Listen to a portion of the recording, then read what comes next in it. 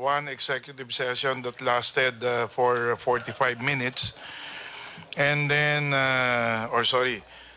hour and 15 minutes.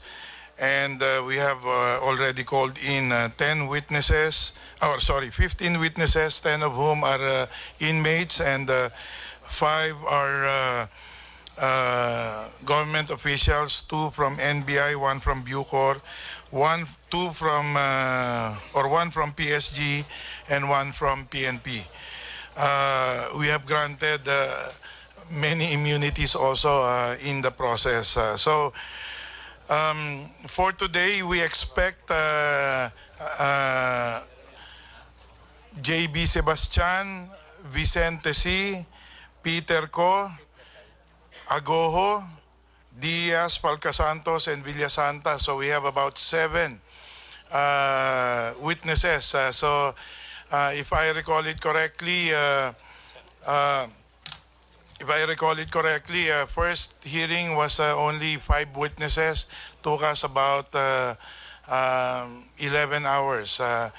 Then second day, 4 witnesses, took us about 10 hours. And the last was also 5 or 6 witnesses, took us 12 hours. So brace up for a long hearing, because pursuant to the desire of the House leadership headed by our Speaker, we really wanted to end this hearing today or tonight or tomorrow.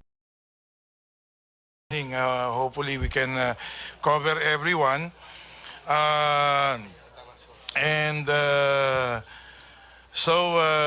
We have already somewhat established what we seek to establish in the in-house resolution 105, particularly on the matter of proliferation of drug syndicates in the National Bilibid Prison.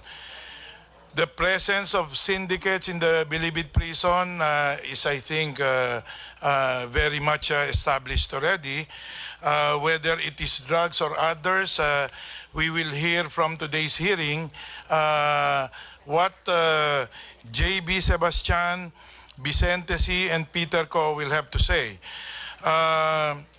Graft and corruption, payola, mismanagement in New Bilibid Prison, in Bucor, or to the extent of going to the highest level in the DOJ. More or less, we have already established that with some unrebutted testimonies or unrefuted testimonies of witnesses that were already presented. This will be our basis for coming up with our report, our findings. To the extent that these are refuted, rebutted, then we will try to figure out who is telling what and who is telling the truth.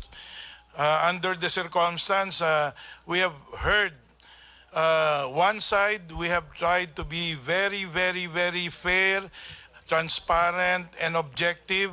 That's why we heard General Bucayo in the last hearing, and pursuant to the challenge of Senator De Lima to call in Jaybee Sebastian, we have done that precisely in response to her challenge, and now Jaybee Sebastian is going to be presented in today's hearing.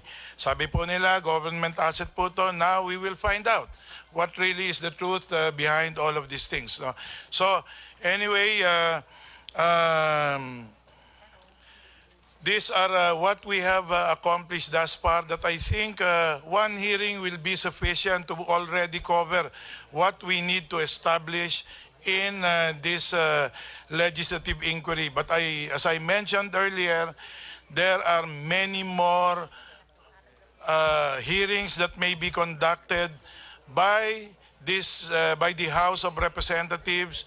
We have the good chair of the Dangerous Drugs Committee here. We have the good Ace, Congressman Ace Barbers. We have the good chair of the public order and security in the person of Congressman Romy Acop. You can expect that we will continue until we get to the bottom of all of this, in the hope that in this committee, through our subcommittee on correctional reforms, we will be able to put in all of our proposed legislative measures that ultimately will put an end to this problem in the correctional, in all the penitentiaries, including those people inside who are now probably corrupted by inmates of the well-entrenched underworld in the Bilibid prison and in the other penitentiaries. So sana po dumating po yung pagkakataon na yung mga direktor natin, yung mga justices natin na tinatakot, yung pong mga Bilibid Prison Superintendent at saka yung mga tao natin sa Bilibid Prison, hindi po sila mapapangibabawan ng mga inmates, and then we can safely say and we can assure our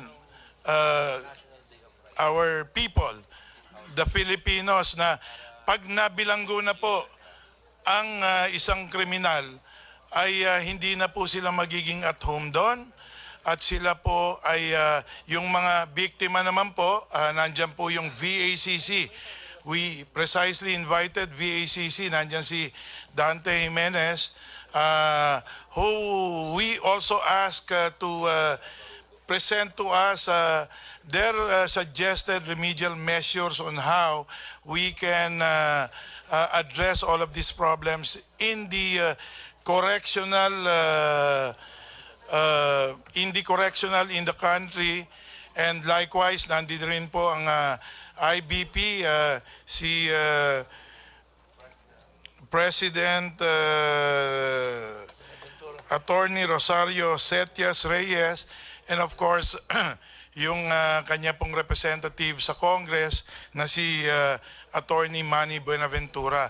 And siyempre DOJ, we will ask them, being the agency which is overseeing, which has control and supervision over this penitentiary. So sa ngayon po, we hope to already hear from the witnesses. Ang pakiusap ko lang po sa aking mga miyembro, you know, this is the much awaited meeting or hearing where we will present Jaybee Sebastian et al. Ano po, in today's hearing. Sana po sa aking mga miyembro, we continue to observe proper decorum. Iwasan na po natin yung tayo po ang nagkokontrahan dito kung sino mauuna po. Magbigayan po tayo. Ang importante po ay mahalukay po natin yung kailaliman kung ano po ang katotohanan dito sa proliferation of drug syndicates in the New Bilibid Prison. Ang importante po at ang gusto po ng taong bayan ay marinig nila ang lahat po ng sasabihin ng mga witness in particular, and then after po mai-present natin 7 or 8 witnesses, we will now have all of our chances to interpellate like how we did it in the last 3 hearings. So ngayon po I will now ask again the Secretary of Justice to give the committee a bird's eye view of what we can expect from the witnesses that the department will present for purposes of today's hearing. So on that note, Mr. Secretary, you are now recognized. Thank you, Mr. Chair. The Majority Floor Leader, the Vice Chairman of the committee, and the honorable distinguished members of the committee, and the other members of the House. Good morning. For today's witnesses, we have lined up the following. Number 1, Rafael Ragos. 2, Peter Co. 3, Romel Falcasantos. 4, Vicente C. 5, Herman Agoho. 6, Renante Diaz. And 7, Jaybee Sebastian. So, Your Honors,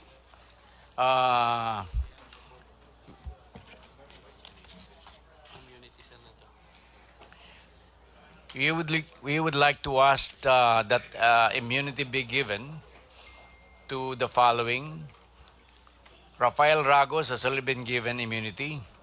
So we request the same immunity for Peter Co., Romel Falcasantos, Vicente C., Herman Agoho, and Renante Diaz.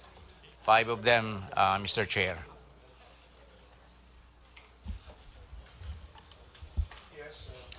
Yung pong nire-request namin, immunity for the 5. Sino po to? Si Peter Co., Romel Peter Falcasantos, Falcasantos, Vicente C., si Herman Agoho, and Renante Diaz. and Diaz.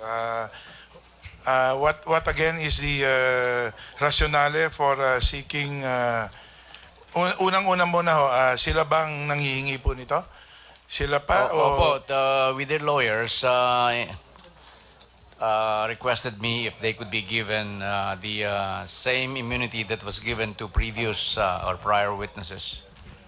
Okay, so may I now ask, there is a request for immunity for 1, 2, 3, 4, 5, 6 witnesses, namely Sebastian, Vicente C., Peter Co., Agoho, Diaz, and Falcasantos. So I now ask the body whether they have any objection to a presentation or grant of immunity for any of these. Mr. Chair, we'd like, of course, to ask for the affidavits of the witnesses requested for the immunity so as to see the materiality of the testimonies if they are really qualified based on the discretion and opinion of each member of the The chair had committee. already directed the COMSEC to distribute this. Incidentally, kailan ba natin natanggap ito? We just received this today. Kanya ho, hindi natin na ipadala kahapon, or earlier. So, yun po yung rason. But anyway, the COMSEC has been directed to distribute. So move to grant immunity, Mr. Chair. Any second? Second. Anyway. Mr. Chairman, to recommend the granting of immunity by the Speaker. That is correct. Just to recommend, because this will have to be approved by the Speaker if we are to grant them. So anyway, if I may just ask Vice Chair Liachon, anyway, this will still go through the process and get the approval of the Speaker. So if we can already proceed with this matter. Yes, Mr. Chair. So it has been moved and seconded that we grant immunity to these 6 witnesses, to recommend the grant of immunity to these 6 witnesses. So I hereby direct the COMSEC to please Sebastian C., Peter Co., Agoho, Diaz, Falcasantos. 6? 5? Sebastian. No, not Sebastian. Wala si Sebastian. Rafael Ragos has already been granted immunity. Okay. Then the next 5, Peter Co., Falcasantos, Vicente C., Agoho, Diaz. Okay, 5 We are not as named. asking immunity for Jaybee Sebastian because he has his own lawyer and we have no participation in connection with his appearance this morning. So only to the 5 witnesses named by the Secretary Aguirre. Mr. Chair, I viewed, I read the copy of the affidavit of Falca Santos. I did not see any importance really in that affidavit. In fact, there's a paragraph where he said he appeared in the Senate, House. Well, I do not have a copy of it now, but what is the materiality and the importance of the testimony of Falca Santos? Good morning, Mr. Vice Chair. We will offer the testimony of Romel Falca Santos for the following purposes. One, that he is a member of the Presidential Security Group, PSG, Office of the President. That he is assigned to Secretary De Lima. That in many instances, he was sent by Secretary De Lima on an errand to deposit and withdraw money in the Metrobank Sukat branch. So I believe that this is very material because this is one of the few bank accounts where we could identify the bank account where he was sent by Secretary De Lima to deposit and withdraw. The amounts were not mentioned in the affidavit? That's right, because when he was being sent to an errand, the check was put by Secretary De Lima in an envelope. And he will just, for the withdrawal, he will just get the money, sometimes the amount of 300,000, and give it back to De Lima. Well, So those are this is very material, with due okay. respect. Thank you, Mr. I withdraw my objection to that. Thank you.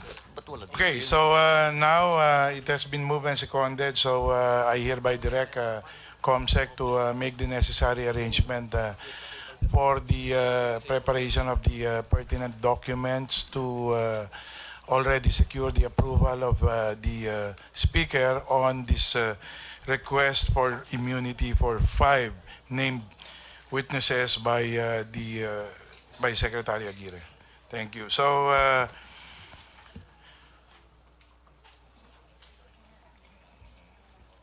while we await